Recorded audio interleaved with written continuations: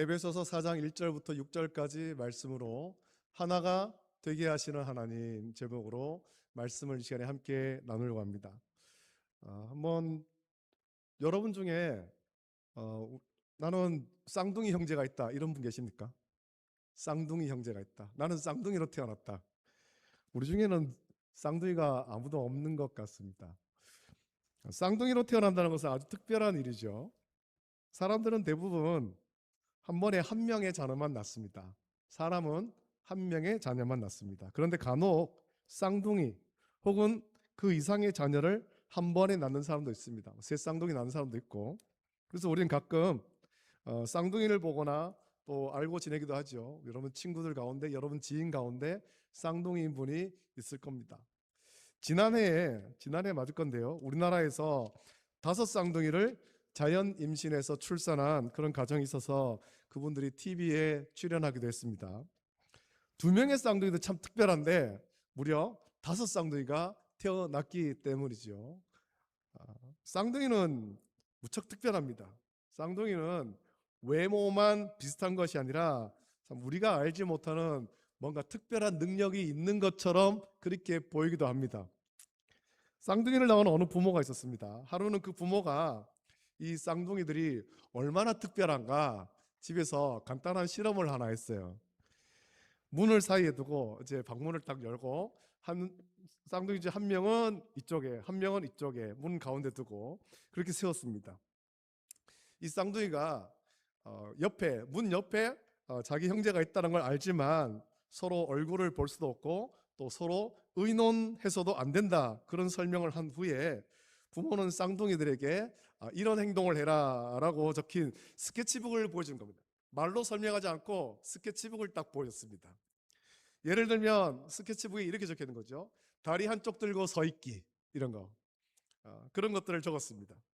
그 실험을 하면 할수록 부모가 참 놀라게 되는데 놀랍게도 이 쌍둥이는 문을 사이에 두고 서로 볼 수도 없고 의논할 수도 없지만 어떤 명령어를 주든지 스케치북에 적힌 그 내용들을 쌍둥이들이 똑같이 행동하더라는 겁니다.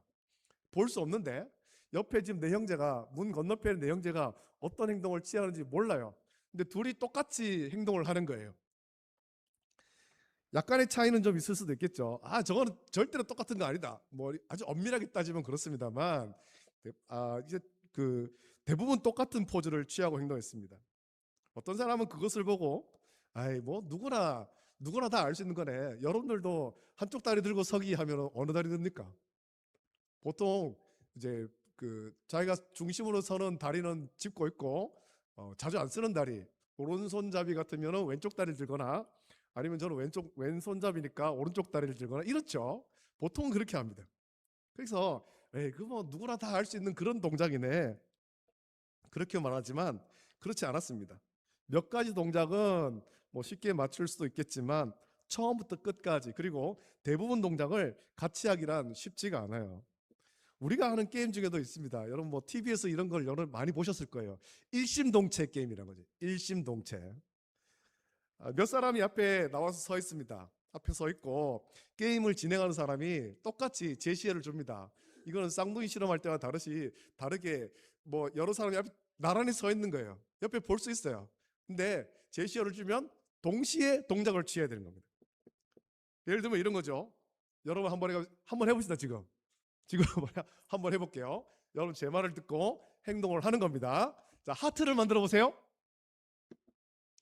자, 다르죠? 달라요. 어떤 사람은 이렇게, 어떤 사람은 이렇게, 어떤 사람은 이렇게. 그죠? 우리가 앉아 있어도 이렇단 말입니다. 하트 다릅니다. 또 달리기 동작을 취하세요 하니까 어떤 사람 또 막 이제 육상 선수가 달리기 할 때 준비하는 자세, 어떤 사람 막 달리고 있는 모습 이렇게. 또 박쥐 흉내를 내세요 하니까 어떤 사람은 배트맨 흉내를 냅니다. 손을 어린아이가 하잖아요. 손 딱 뒤집어서 하는 거.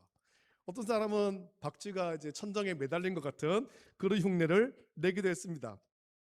다 다릅니다. 마찬가지로 이것처럼 우리가 옆에 사람 볼 수 있고 앞에 하는 사람 행동을 볼 수 있어도 함께 있어도 우리는 생각이 달라서 같은 제시어에도 각각 다른 행동을 한다라는 거죠. 그런데 쌍둥이는 우리와 달리 참 무섭다 이런 생각이 들 정도로 똑같이 행동을 하더라 합니다. 그것을 보면서 어떤 사람들은 쌍둥이, 그 중에서도 쌍둥이도 두 종류잖아요. 일란성과 이란성. 그 중에 일란성 쌍둥이는 원래 한 사람인데, 그죠? 원래 한 명인데 두 명으로 태어났기 때문에 우리가 알지 못하는 특별한 연결이 있는 것 같다, 그렇게 말하기도 합니다. 학자들이 관찰에 따르면 일란성 쌍둥이들은 일반적인 형제나 자매들과는 구별되는 아주 특별한 유대감을 갖고 있다라고 얘기하기도 합니다.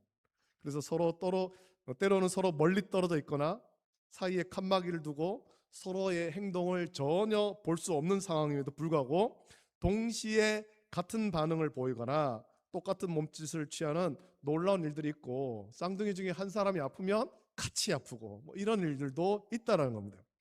미리 의논하지 않았음에도 불구하고 마치 그 두 쌍둥이는 마치 한 몸처럼 움직이는 이들의 모습을 보면서 사람들은 참 쌍둥이는 신기하다, 생김새가 똑같은 것도 신기한데 행동도 똑같은 걸 보니 참 신기하다, 그렇게 말합니다. 비록 몸은 둘이고 또 각자의 인격을 가진 개체입니다만 일란성이라는 이 근원적 일치 때문에 우리가 다 알지 못하는 특별한 어떤 연결고리가 있다라고 사람들은 그렇게 믿게 되는 것입니다. 오늘 본문에서 바울은 에베소 교회에 편지하면서 이렇게 권면합니다. 성령이 하나 되게 하신 것을 힘써 지키라. 우리 한번 따라하겠습니다. 성령이 하나 되게 하신 것을 힘써 지키라. 우리는 이 말씀을 묵상하면서 우리가 비록 육체로는 쌍둥이가 아니지만, 저와 여러분들이 쌍둥이가 아니잖아요. 저희들은 각자와 살아온 배경도 다르고 집안도 다르고 혈통도 다르고 성씨도 다 다릅니다. 우리가 쌍둥이가 아니지만 하나님이 우리를 하나 되게 하신 것, 우리를 하나로 묶었습니다. 원래는 쌍둥이가 아니었을지라도 이제는 하나로 묶은 것을 우리가 묵상하면서 예수 그리스도의 한 몸 공동체로서 서로 사랑하고 우리를 하나 되게 하신 하나님의 은혜를 힘써 전하기를 결단하는 저와 여러분 되시기를 예수님의 이름으로 축복합니다. 말씀드린 쌍둥이의 신비로운 일체감은 우리가 살펴볼 교회의 하나됨을 이해하는 데 아주 중요한 도움을 줍니다. 여러분, 교회란 어떤 것입니까? 교회란 단순히 비슷한 생각이 있는 사람들이 모인 취미 집단이나 어떤 공동의 이익을 추구하는 이익 집단이 아닙니다. 교회는 예수 그리스도의 보혈로 말미암아서 근원적으로 하나가 된 생명 공동체예요. 저와 여러분들이 죄와 허물로 다 죽었지만 예수님께서 십자가를 박혀 보혈을 흘려 죽으심으로 자기의 생명을 내어주심으로 우리가 예수 그리스도를 통해서 한 생명 공동체가 된 겁니다. 우리가 비록 서로 다른 환경에서 자라났고 각각 다른 성격과 외모를 가지고 살아갔지만 그리스도 안에서 우리는 결코 끊어질 수 없는 영적 DNA를 공유한 영적 가족이 되었습니다. 바울이 본문을 통해 강조하는 핵심도 이런 것입니다. 우리가 하나가 되기 위해 노력하는 존재가 아니라 성경을 자세히 보면 이미 하나님께서 하나로 만드신 그 실제를 믿음으로 지켜내야 한다는 겁니다. 이제부터 우리가 하나가 되자, 이것이 아니라는 겁니다. 하나님께서 이미 하나로 만드셨어요. 우리는 그것을 지키는 겁니다. 바울이 이 편지를 쓸 때 에베소는 소아시아의 중심 도시로서 상업과 종교, 문화가 뒤섞인 거대한 국제 도시였습니다. 특히 고대 세계의 7대 불가사의 중에 하나인 아데미 여신 숭배의 본거지였으며 로마의 권력과 헬라의 철학, 그리고 동양의 신비주의가 막 혼합되어 있는 그런 곳이었습니다. 한마디로 에베소는 다름이 뒤섞이는, 다름이 충돌하는 그런 도시, 그래서 다원론이 지배하는 도시였습니다. 많은 종교가 뒤섞여 있기 때문에 니네 종교도 좋고 우리 종교도 좋고 그렇게 얘기하고 있는 거예요. 이런 배경 속에 세워진 에베소 교회 역시 유대인과 이방인이 섞여 있었고 상전과 노예, 부자와 가난한 자들이 공존하는 아주 복잡한 공동체였습니다. 그들은 서로 다른 종교적 배경과 문화적 습관으로 인해서 끊임없이 정체성의 갈등을 겪었습니다. 우리가 오전에 사도행전의 말씀을 묵상할 때도 초대 예루살렘 교회도 같은 히브리인이지만 히브리파 유대인과 헬라파 유대인, 이들이 같은 유대인이지만 살아왔는 환경이 다르고 사용하는 언어가 다르고 그 처해 있는 문화가 다를 때 소통에 오해가 생기지 않았어요? 그러니까 에베소 교회는 그보다 훨씬 더 심한 거예요. 유대인도 있고 헬라인도 있고 주인도 있고 상전도 있고 여러 사람들이 막 섞여 있었습니다. 그래서 서로 다른 종교적 배경과 문화적 습관으로 해서 정체성의 갈등을 겪는 거죠. 유대인들은 율법과 할례를 내세우면서 우월감을 가졌고, 이방인들은 복음의 자유를 외치면서 오해하면서 유대인들의 전통을 무시하는 경향이 있었습니다. 우리가 예수님 믿고 우리가 자유했다, 모든 것이 다 괜찮다, 그렇게 전통을 무시하고 오해하게 됐습니다. 이것처럼 우월감과 열등감이 교차하고 신앙의 숙련도가 제각각인 상황에서 에베소 교회는 분열의 위기에 처해 있는 거죠.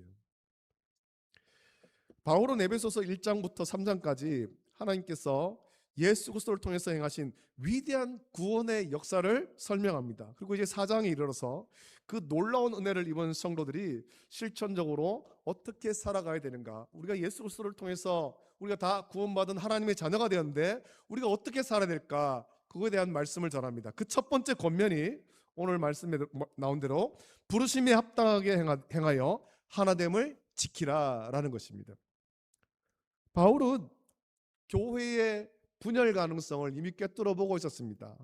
율법을 중시하는 유대인과 은혜를 강조하는 이방인 사이에 지금 보이지 않는 벽, 할례파와 무할례파라는 외적 조건의 차이, 헬라 문화와 유대 전통의 충돌, 그리고 먼저 믿은 자와 나중에 믿은 자 사이의 괴리감을 바울이 이미 알고 있었다는 겁니다. 여러분, 이것은 에베소 교회만 아니라 모든 교회가 다 그렇습니다.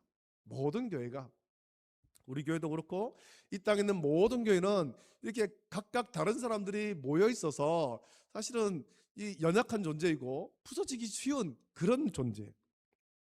그래서 바울은 이미 에베소서 2장에서 그리스도의 십자가로 둘로 하나를 만드사 원수된 것 곧 중간에 막힌 담을 자기 육체로 허무셨다라고 선언했고, 이런 바울은 이제 4장에서 그 완성된 하나됨을 절대 깨뜨리지 말라고 강력하게 권면하고 있는 것입니다.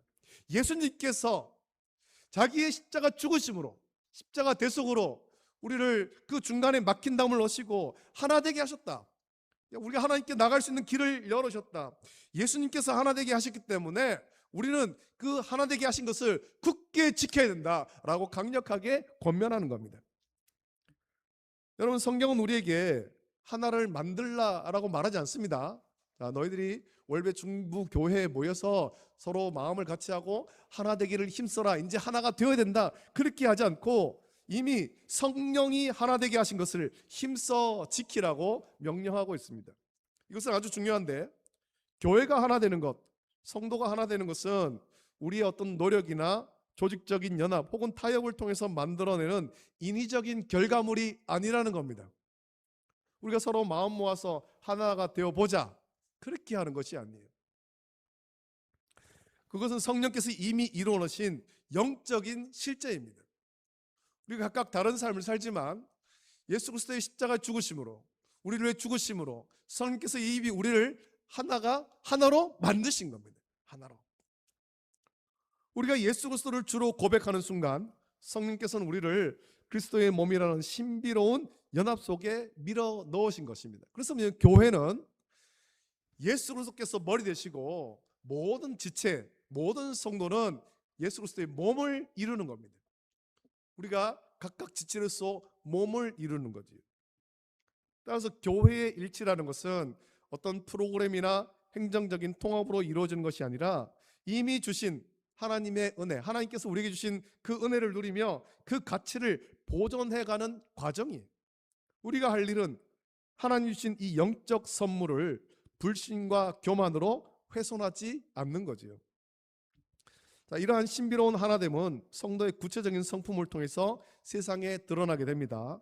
바울은 하나됨을 지키는 도구로 오늘 말씀 보면 겸손과 온유, 오래 참음과 사랑 가운데서 서로 용납하는 마음을 제시하고 있습니다. 이것은 교회의 분열이 대개는 심오한 어떤 교리적 차이보다는 성품의 결핍에서 시작된다라는 것을 우리에게 보여주는 거죠. 또 우리가 믿는, 물론 이제 개신교와 로마 가톨릭이 나뉘게 된 것, 이거는 중요한 교리의 차이가 있었기 때문이고, 또 개신교 안에서도 우리 교단과 통합 측과 이게 또 나뉘게 된 데서는 어떤 신학적인 그런 어떤 약간의 차이가 있었기 때문에 나뉘게 되는 것인데, 사실은 이런 분열보다는 개교회의 분열, 각각의 교회 안에 있는 분열은 신학적인 차이라기보다는 성도들의 어떤 성품, 성령으로 변화되는 성품의 결여로 인해서 분열된다라는 겁니다. 내가 누군가보다는 우월하다, 이런 우월감, 교만하고 이런 것들로 인해서 교회가 분열됩니다. 아무리 옳은 말을 하고 바른 신학을 가졌더라도 그 마음속에 여러분 겸손과 온유가 없다면 공동체는 깨어지는 겁니다. 그럼 우리는 항상 본받기를 예수님의 겸손을 본받아야 되는 겁니다. 남을 나보다 더 귀하게, 더 좋게 여겨야 되죠. 겸손은 나보다 남을 낮게 여기는 마음이며, 온유는 잘 길들여진 야생마와 같이 하나님의 통제 아래에 있는 절제된 힘이에요. 오래 참음은 상대방의 연약함이 변할 때까지 기다려주는 소망이며, 사랑 안에서의 용납은 허물을 덮어주는 복음의 실천인 것입니다. 여러분, 우리가 이런 성품의 변화가 일어나야 됩니다. 예수님을 구주로 믿고 또 신앙생활할 때 성령을 의지해서 우리의 성품이 변화되기를 간구해야 됩니다. 성령으로 변화되기를 간구해야 되지요. 변화되지 않는, 예수님 믿기 전에 가졌던 그 성품 그대로 그렇게 살아서는 안 됩니다. 변화되어야 되는 겁니다. 우리가 이 성품을 갖출 때 비로소 성령께서 우리 안에 이루어놓으신 하나됨이 온전하게 보존될 수가 있습니다. 성령으로 변화된 성품이 뒷받침되지 않은 연합은 모래 위에 지은 집과 같아서 결국에는 인간의 혈기와 고집으로 인해서 무너지게 되는 거예요. 나아가서 바울은 우리가 왜 하나가 되어야만 하는지에 대한 근거를 삼위일체 하나님의 존재 방식에서 찾습니다.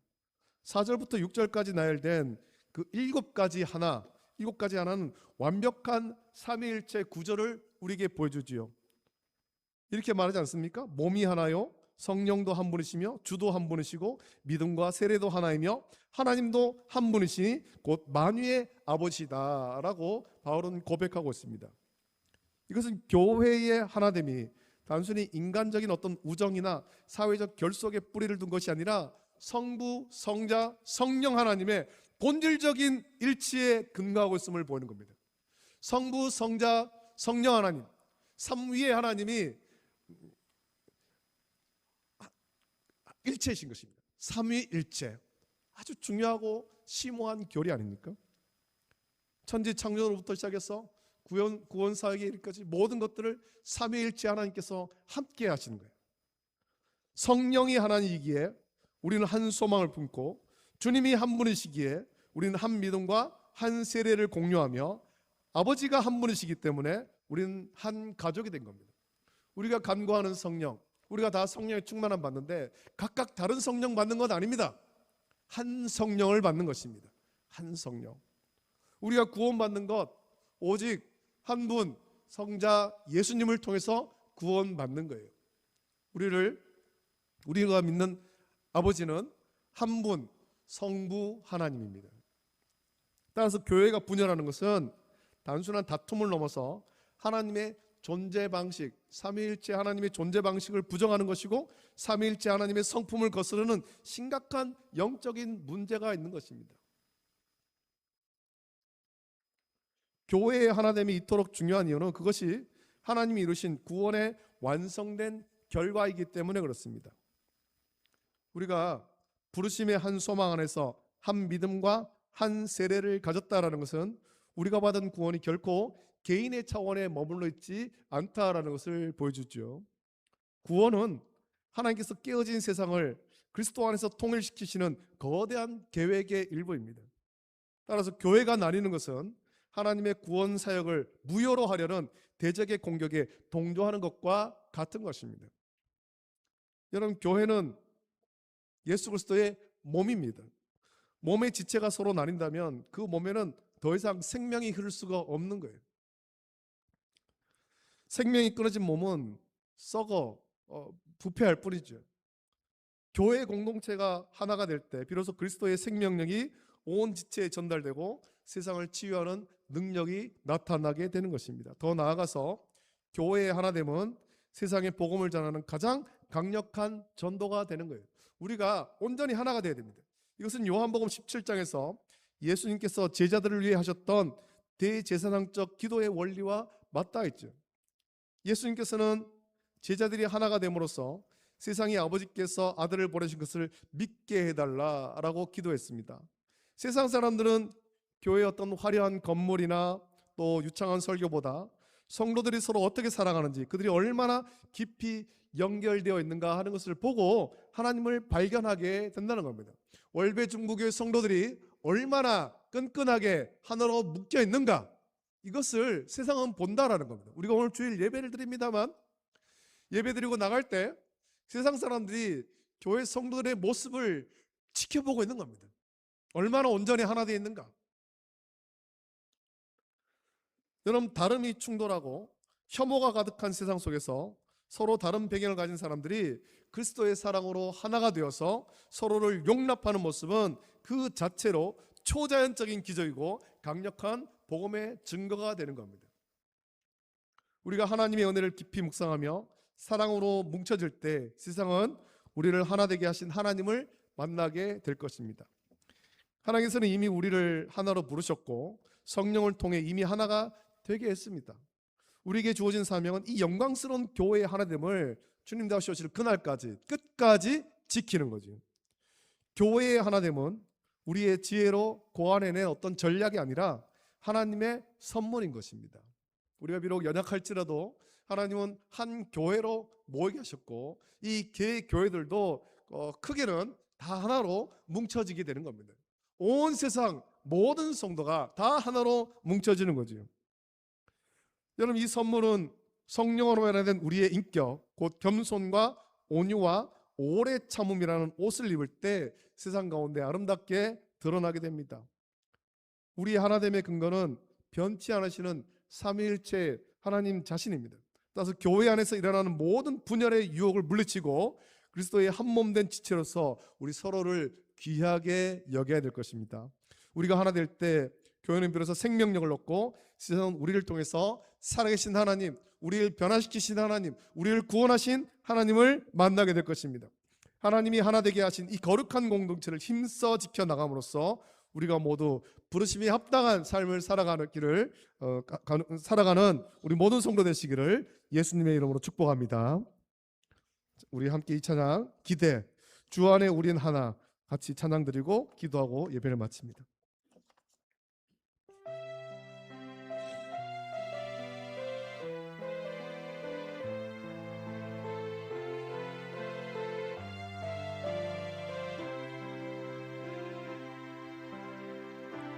주 안에 우린 하나, 모습은 달라도 예수님 한 분만 말하네.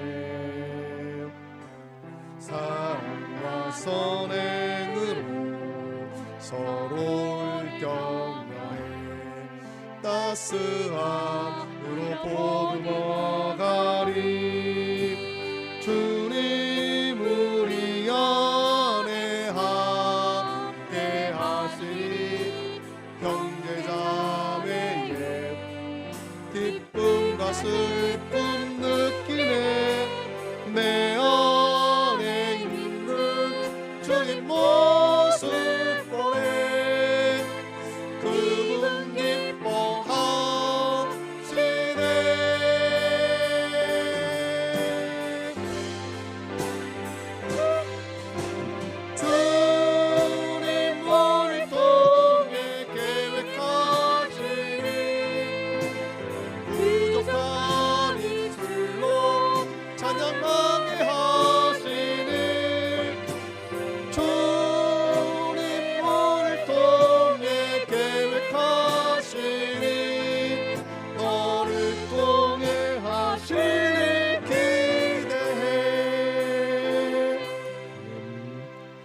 주님께서 우리를 이미 하나가 되게 했습니다.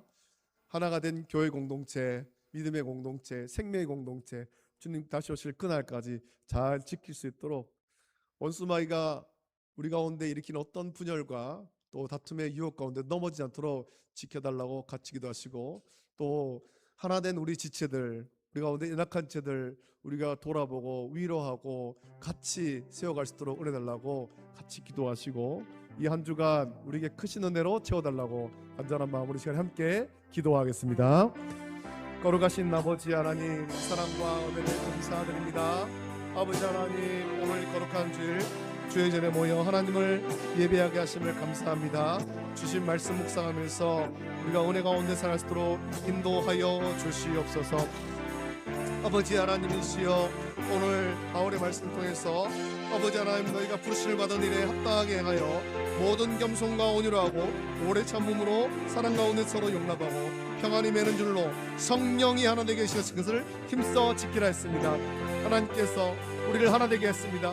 예수 그리스도의 보혈로 우리를 하나로 되게 하셨는데, 이 하나 되게 하신 것 우리가 온전하게 지키고 기뻐하고 감사하며 주께 영광 돌리는 우리 모든 성도를 수록 은혜를 베풀어 주시기를 간절히 소나옵나이다. 주님, 은혜를 베풀어 주시옵소서.